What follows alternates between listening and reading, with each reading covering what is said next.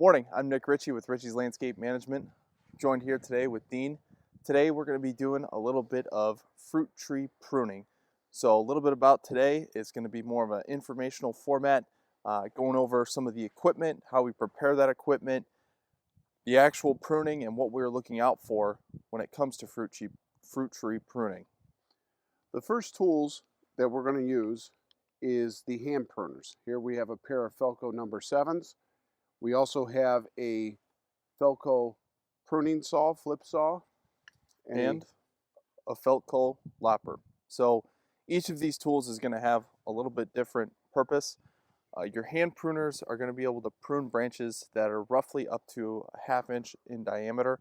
From the hand pruners, you're upgrading to loppers. These guys can go up to about 1.5 inch diameter.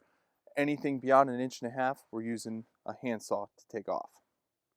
We also have rubbing alcohol in the spray bottles, a garbage can for our debris, a ladder, and also a pole pruner.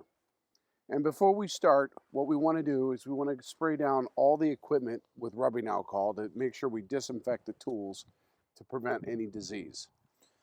So take your rubbing alcohol, pretty simple. Spray everything down, let it drip off,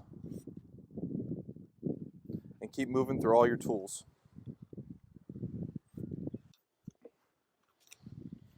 Once we've sprayed all the tools, we are ready to prune. So here we have an apple tree. Fruit trees in general, a good rule of thumb is always pruned during the dormant season. That would be from November 15th to March 15th, depending on what area of the country you're in. Here we are in Northwest Indiana. It is just turned March. We're going to prune this guy. What we're going to try and do is we're going to look at the branches. There's 3 categories of branches. One is any dead or damaged branches. We obviously need to remove those. The second is we're going to help lift the tree. And the third is to get some of the crossing branches or branches that are thick that don't allow air circulation in there. So on a fruit tree, we have 1st-year growth, 2nd-year growth, and 3rd-year growth. We want to have equal parts of each year growth on a fruit tree. These trees have not been touched since they've been put in, so we're kind of dealing with everything right now. So what we're trying to do is we're going to, 1, remove all the dead growth. 2, we're going to lift the canopy. And then 3, we're going to thin the canopy. Here we have a branch. This guy is growing up into the main canopy, plus it's hanging low. So we're going to remove this branch. We're going to use the flip saw for this. And basically, we're using the double cut method.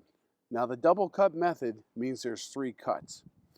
And what we do, you can use this for any size branch up to whatever, 16, 20 inches diameter.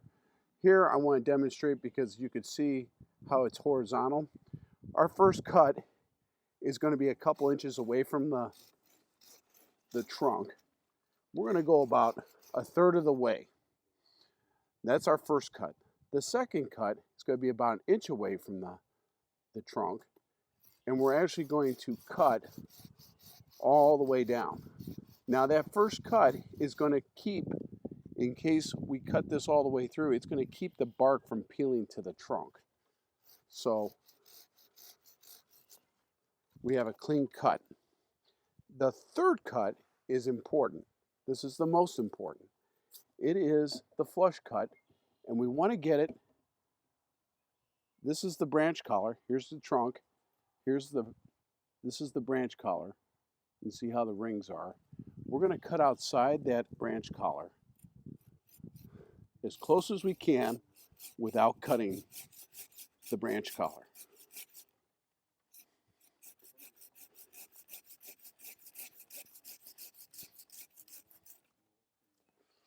Here we have a nice clean cut. I got a little bit in the branch collar, but we did a nice flush cut, and that's going to heal really quick. That's how you do a double cut method. All right, so we just demonstrated how to do a double cut with a handsaw. We've got a branch on this apple tree that is showing downward growth. We want to, as Dean mentioned, lift the canopy on this. Now, because it's a smaller diameter branch, we're going to go ahead and use our loppers. When doing so, just like the double cut method, we want to get as close to the branch crotch as possible without damaging the main trunk. So if you want to come in here, get in close, kind of see where we're cutting right now. We're in there pretty tight. Let's go ahead and give her a squeeze, and off she goes.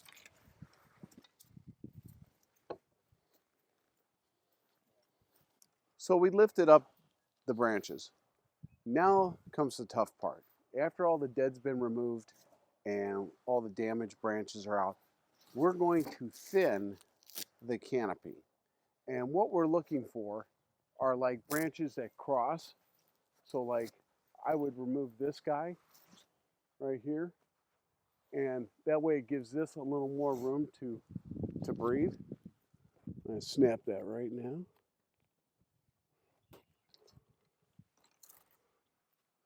And then we have branches up there. You can kind of see where they cross. Crossers are not good. What happens is when they cross and then the wind blows, the branches rub up against each other and remove the bark.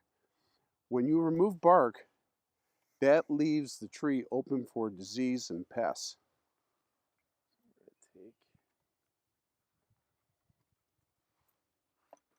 And by removing branches, so we have less top growth, the roots are still the same.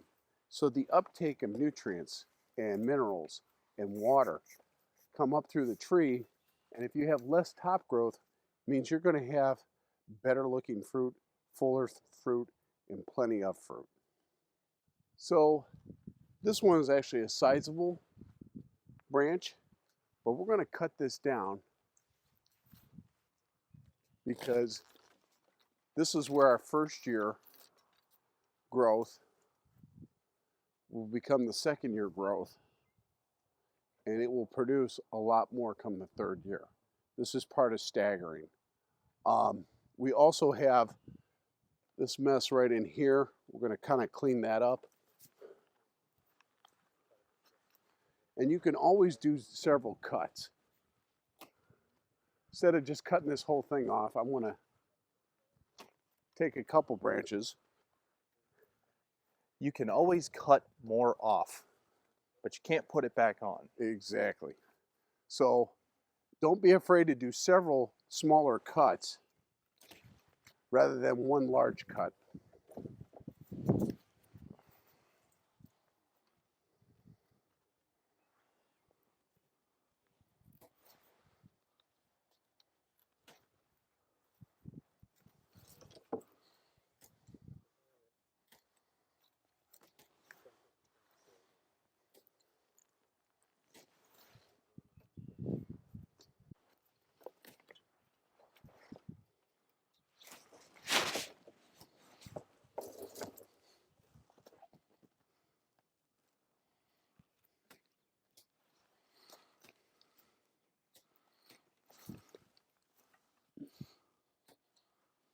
So as you can see, we've not like topped the tree. We've thinned it out. We've removed probably 15% of the branches, 20% of the branches. It still has its core shape. It is thinner, so it's going to allow more air movement, which is also going to decrease the chance of a fungus problem or a pest problem. We lifted up the tree. We took out the damaged branches. We took out the dead branches. And overall, this tree is ready to go for the season. As you can see, we pulled off a lot of branches. I mean, as old as this tree is, it kind of looks like a lot, but really isn't for a fruit tree. But this is the finished product. It's not overdone, but now we're set for the season. So during the pruning process, you want to step back and you want to take a look at the tree after so many cuts. Let's say after 6 to 10 cuts. Definitely step back and take a look, see how the tree is looking, because when you're in there and you're clipping and pruning, you don't always have a full perspective of what's going on. And I want to show you a classic example of that. Our camera lady pointed out, what about this branch? As you can see, this branch is growing into a main trunk. This should have been taken out a few seasons ago, but once again, it goes back to maintenance practices. If you run into something like that, even though this might create a void, this is not good for the tree. What happens is those two branches are going to keep rubbing together or growing into each other, but that's a site for disease and pests to form. So I want to remove this whole branch back to this trunk.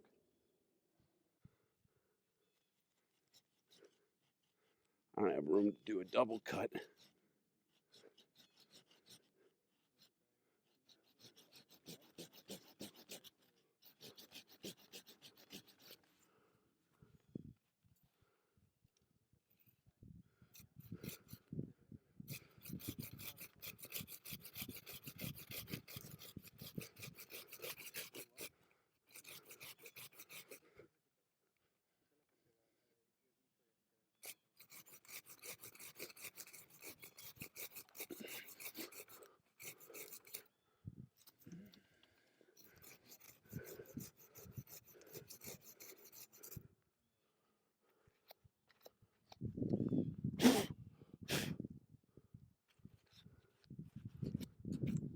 So I didn't have enough room to do a double cut.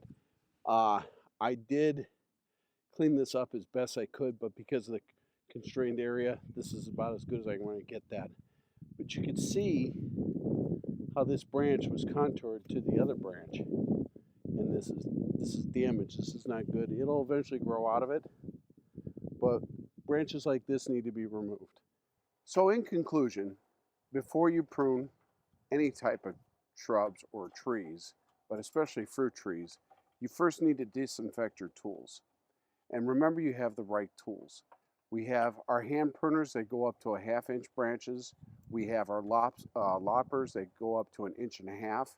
And then we have our flip saws for anything over 1.5 inches.